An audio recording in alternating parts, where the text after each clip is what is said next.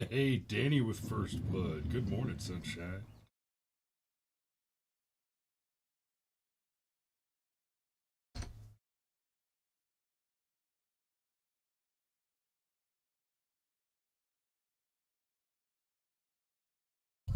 Right.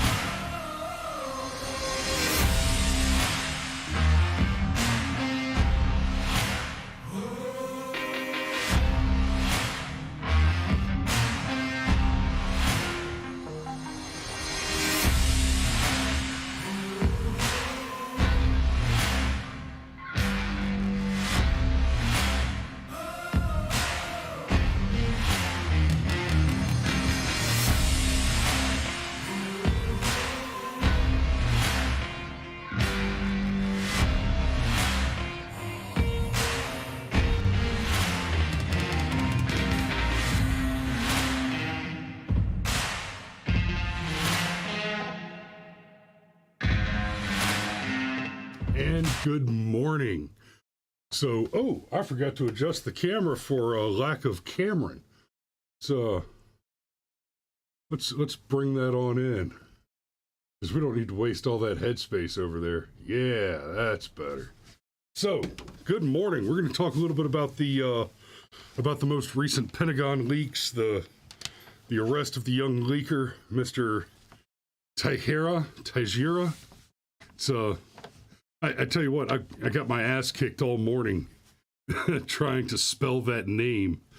Now, I okay. This one's a tough one for me. Um, because of my background, I have to be very careful about how much deeper analysis I go into on this, and uh, our recent U.S. history with leakers has not been the best. So on the right, uh,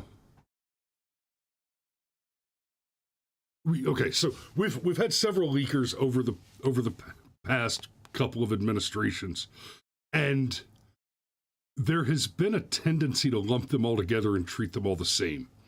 Uh, of course, the three that everybody knows, and now four, I mean, everybody knows about this Jack Teixeira guy now.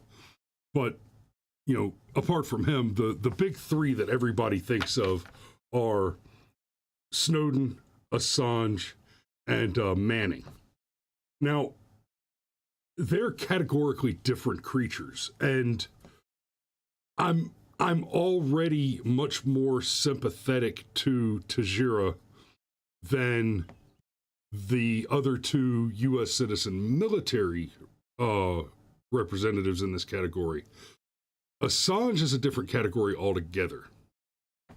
So I'm going to start with Assange real quick, and just there is a lot of very valid criticism to be leveled against Assange. However,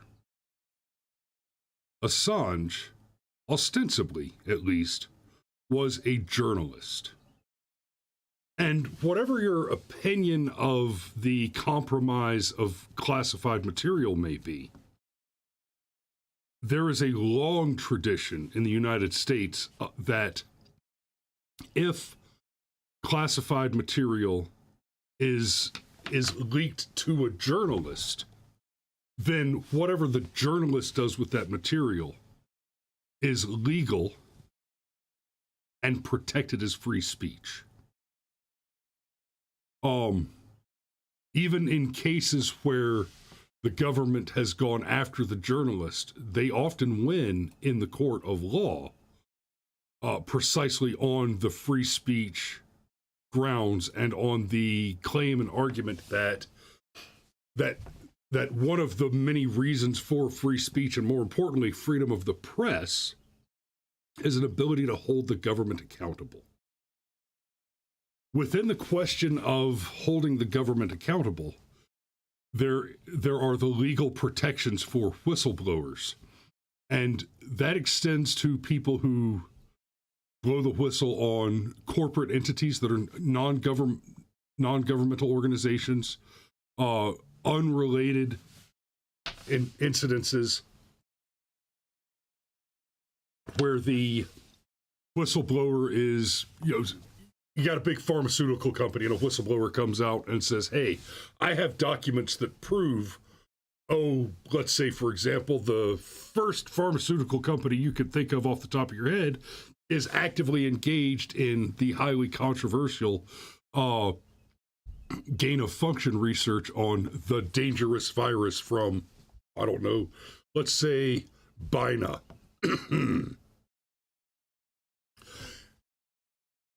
A whistleblower leaking that information to the press, or taking that information out and taking it to a lawyer or an investigator to try and break open and defeat the criminal activity being engaged by the ostensibly protected organization, is protected by the law. When you start talking about somebody who carries a clearance in the military, in the government,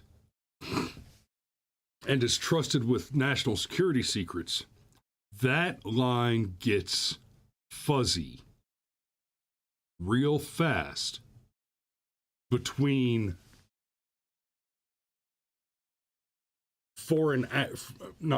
between hostile actor and whistleblower. So in the case of Assange, what you're talking about is a journalist, a person who was not affiliated with the government, carried no clearance, who received classified information and then published it. I've got a lot of problems with some of the things that Assange published. I do. The whole WikiLeaks thing, there was a lot of dangerous shit that made it onto WikiLeaks. At the same time, WikiLeaks was instrumental in blowing open some serious corruption cases as well. So, I'm actually for a pardon for Assange, quite separately from the issue of the leaking question. I think it's pretty clear that in the case of Assange, the charges against him are fabricated precisely because the charges that the prosecutors want to bring are not available. Right? Assange didn't break a non-disclosure agreement with the U.S. government. Assange didn't break an oath to uphold and defend the Constitution. Assange didn't break any promise that he made. He never made a promise to anyone to protect and guard the secrets of the government. Right? And that's why there were these suddenly bizarrely and unsubstantiated weird sexual assault claims. He's clearly being politically prosecuted. And I'm not even entirely on his side as far as what was leaked. Now, you look at Manning, and I'm going to tackle Manning before Snowden. You look at Manning, and Bradley Manning is quite clearly, he goes by Chelsea Manning now, and he says he's become a woman now. That's super convenient to suddenly be a woman when it's politically useful and affords you advantageous sentencing and advantageous incarceration options to chop your pecker off. But, you look at what Manning did, and he just took a big trove of random classified stuff and shit it out on the internet. What Manning did, Manning is clearly a mentally unstable person who did something that seeking attention. Manning didn't say, I've discovered a major corruption situation in the U.S. government where the government is lying to the people and it's hurting people. Now, so Manning, burn Manning. Manning is trash. Manning should be treated like the traitor that he is. The most generous I can be for Manning is perhaps Manning needs treatment for his deep sickness because he's deeply and irrevocably mentally ill.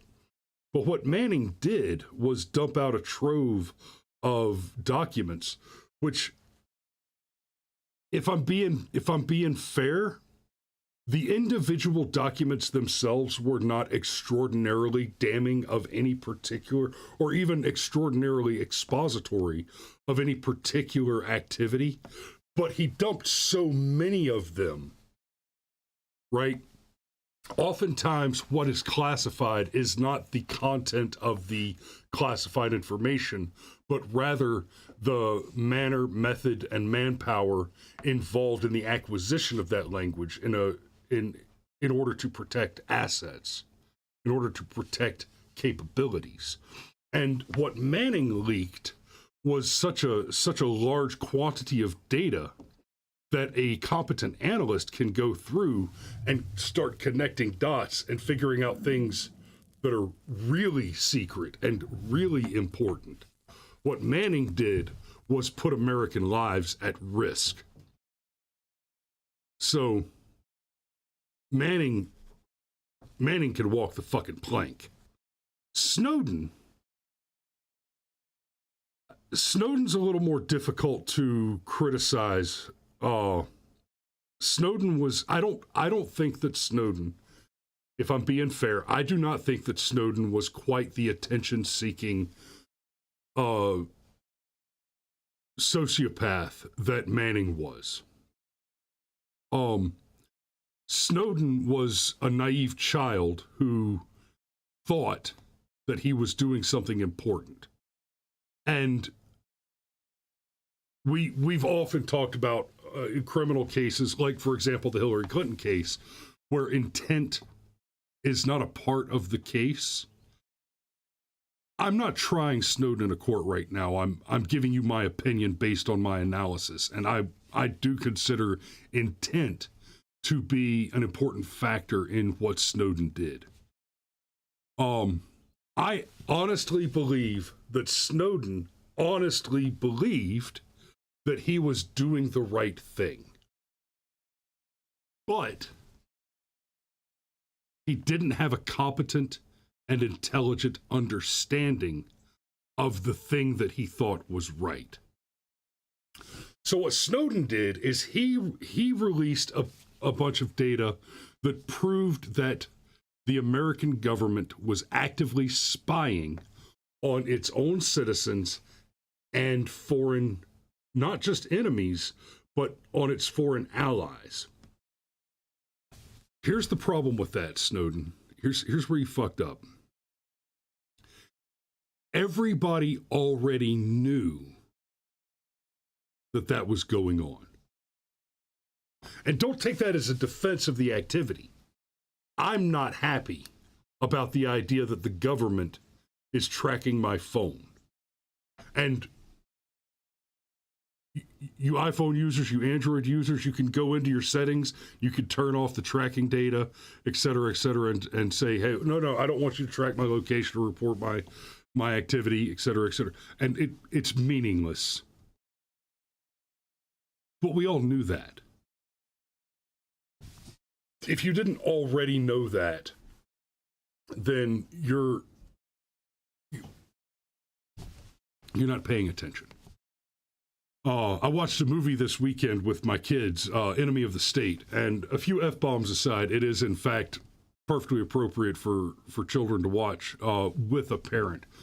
And the film is about a lawyer played by Will Smith, whose old college buddy slips him a videotape, and the videotape is of a prominent politician murdering another prominent politician. And the movie was a scare flick put out in 97 or 98. Anyway, what's important for this conversation, the film came out before the Patriot Act. And one of the key stories, one of the key tropes in the film is the repetition of politicians talking about passing something that is essentially the future theoretical of the Patriot Act. They're talking about passing a bill to make it easier for the government to spy on people. And then the movie is all about how this rogue NSA group, and I say rogue NSA group, but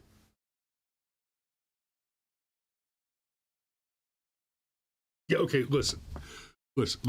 To my Fed watchers, I'm just going to stop right there.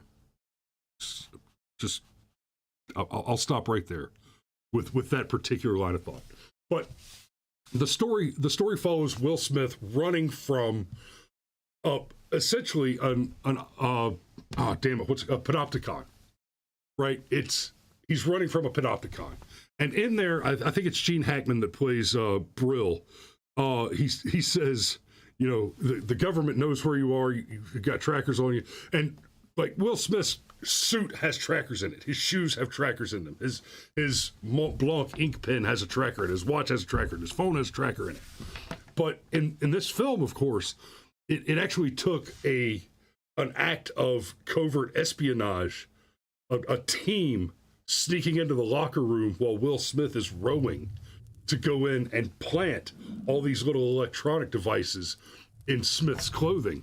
But you know, how many of you are walking around with an iPhone and an Apple Watch, right? They know where you are. What Snowden leaked was not a revelation. That's the problem with Snowden. Snowden didn't tell anybody anything that anybody didn't know. What he did do is he took away the face covering that our government had to protect itself from other governments. After Snowden's leak, we went from everybody spying on each other, including all of the Five Eyes, the English-speaking allies that are engaged in intelligence sharing.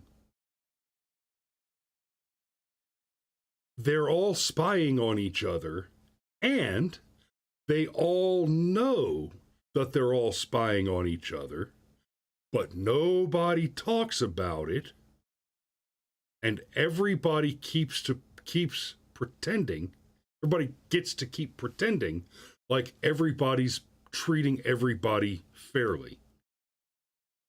When Snowden took the mask away from the U.S., everybody else gets to keep spying on the U.S. and pretending like they don't. And we look like the stupid kid in the room. I think Snowden...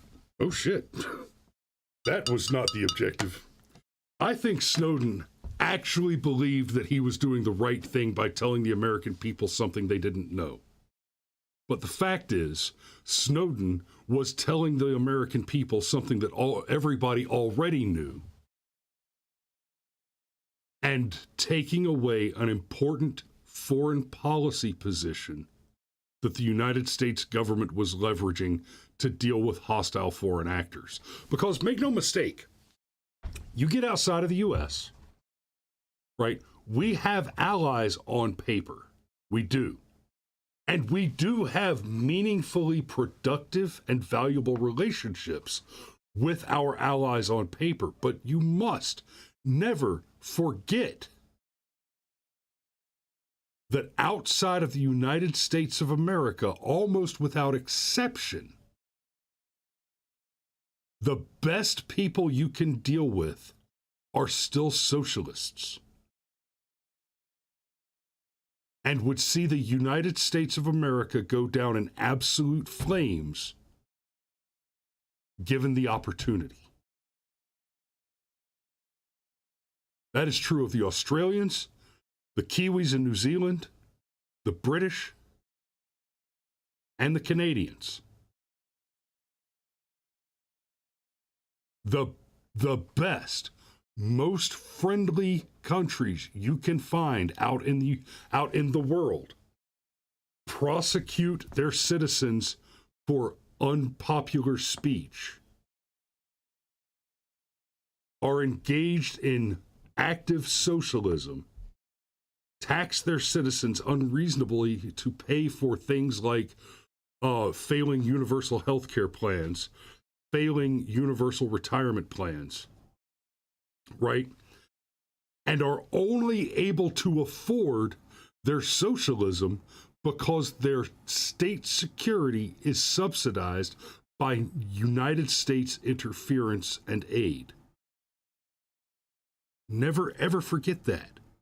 The best allies we have out there are leeches on our scrotums, sucking for every little scrap of U.S. taxpayer money that they can get because they cannot continue to live the fantasy of their socialist utopianism without direct U.S. capital subsidization. Now we get to Teixeira. And I don't want to say a whole lot about the kid right yet. It's very new story. We don't know much, but I want to share with you what I found looking for information on this guy, right? Pentagon leaks, how Teixeira was identified. Oh, well, that doesn't tell me anything about the leaks, does it? The biggest revelations from the Post document. Oh, that looks good. We'll come back to that in a minute. Oh, that's from Washington Post. I can't wait to see how they spin that shit. Who is the accused Pentagon leaker? How the FBI tracked him down? What are the charges? U.S. arrest behind leaked Pentagon documents. Suspect in leak probe talked about God, guns, and war secrets. Right? It's all character assassination garbage, right? What we know about Jack Teixeira and the leaked U.S. intelligence docs, right? Who is Teixeira? Who cares? What's the information? What did he leak? That's what I'm interested in. He's a Massachusetts Air National Guardsman, an enlisted man in the 102nd Intelligence Wing located at Joint Base Cape Cod. Cape Cod is beautiful, by the way. Taken into custody. Okay. The arrest came after the New York Times identified Teixeira as a person of interest in the case, which was opened last week when someone on... And there's another one for you. Fuck you, New York Times. What happened? What happened to journalists protecting their sources? Assholes. And then it says, what information... ask the question, what information is contained in the leaked documents? From the Department of Defense contained key information about America's espionage efforts against Russia, as well as details about Ukraine's military planning. Those may have been there as well, but the thing that I find most interesting is that apparently these documents clearly show that we have troops, U.S. troops, in Ukraine. The thing that interests me most from these leaks is if that is true, then, and I know these words are going to be surprising to hear, the Biden administration has been lying to you.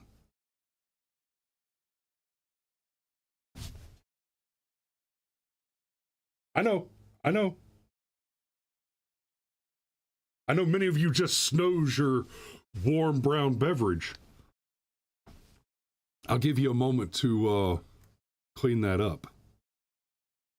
The Biden administration has been lying to you about something significant. How many times have I said it? This is something my father told me over and over and over again in order to understand what I was getting into when I enlisted, right? And I'm not talking about the whole killing is addictive thing. Yeah, that's a truism, but no.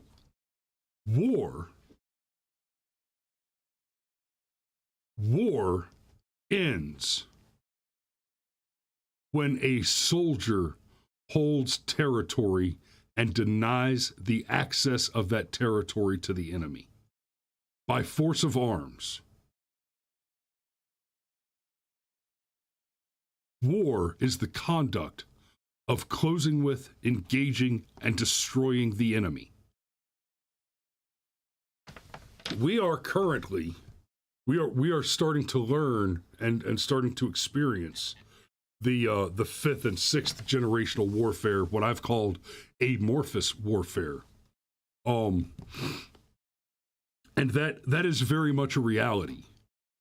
And it's something that we have to be aware of and we have to deal with. But while it is true that amorphous warfare may be the watchword of the day, and the way that wars are being fought involves a lot of deception, it involves a lot of disinformation, it involves the dissemination of active propaganda. These are tools to shape the battlefield. No less than as a minefield or an outed bridge, right? You send combat engineers to place minefields and to blow up bridges, not because you're expecting to catch a convoy on the bridge when it explodes, or you think you could put 1,000 mines down in a minefield and just wait for the enemy to walk in and blow themselves up.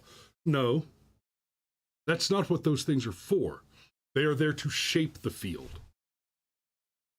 Which is to say that the minefield will be identified by the enemy, and they will not go into it.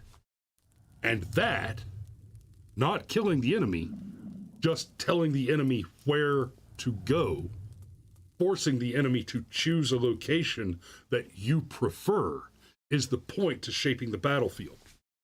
All the information warfare, amorphous warfare, disinformation campaigns, propaganda mechanisms, all of that is about shaping the battlefield, telling the enemy where to operate. Right? For example, you could steal an election and make it very, very obvious that the election was stolen.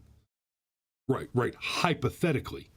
And then position a large number of friendly, let's say, hypothetically, federal agents at an obvious location and push the opposing forces into the gaping maw of that obvious thing is obvious ambush.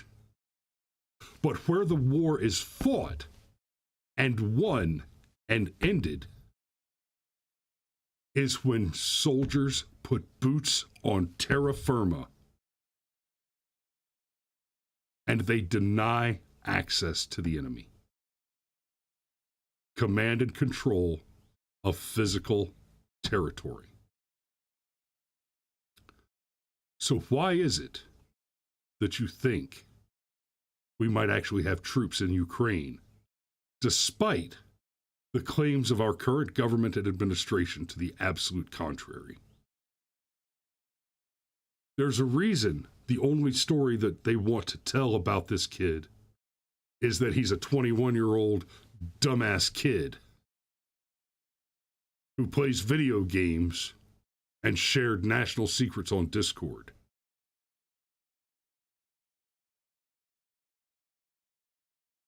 Right? Assange was a journalist. Manning is a trainee sociopath. Snowden was probably a well-intentioned idiot.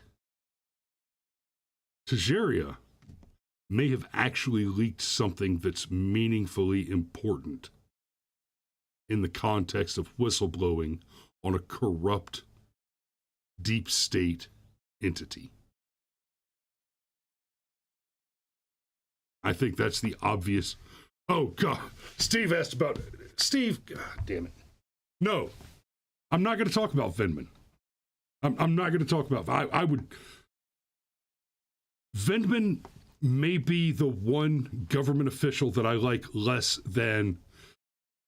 What's his face? The shitbag that he. McCain. Vindman may be the one entity that I like less than McCain. All right. I'm going to put a pin in it there. Thanks for watching this morning, guys. I love you, and I'll see you tomorrow.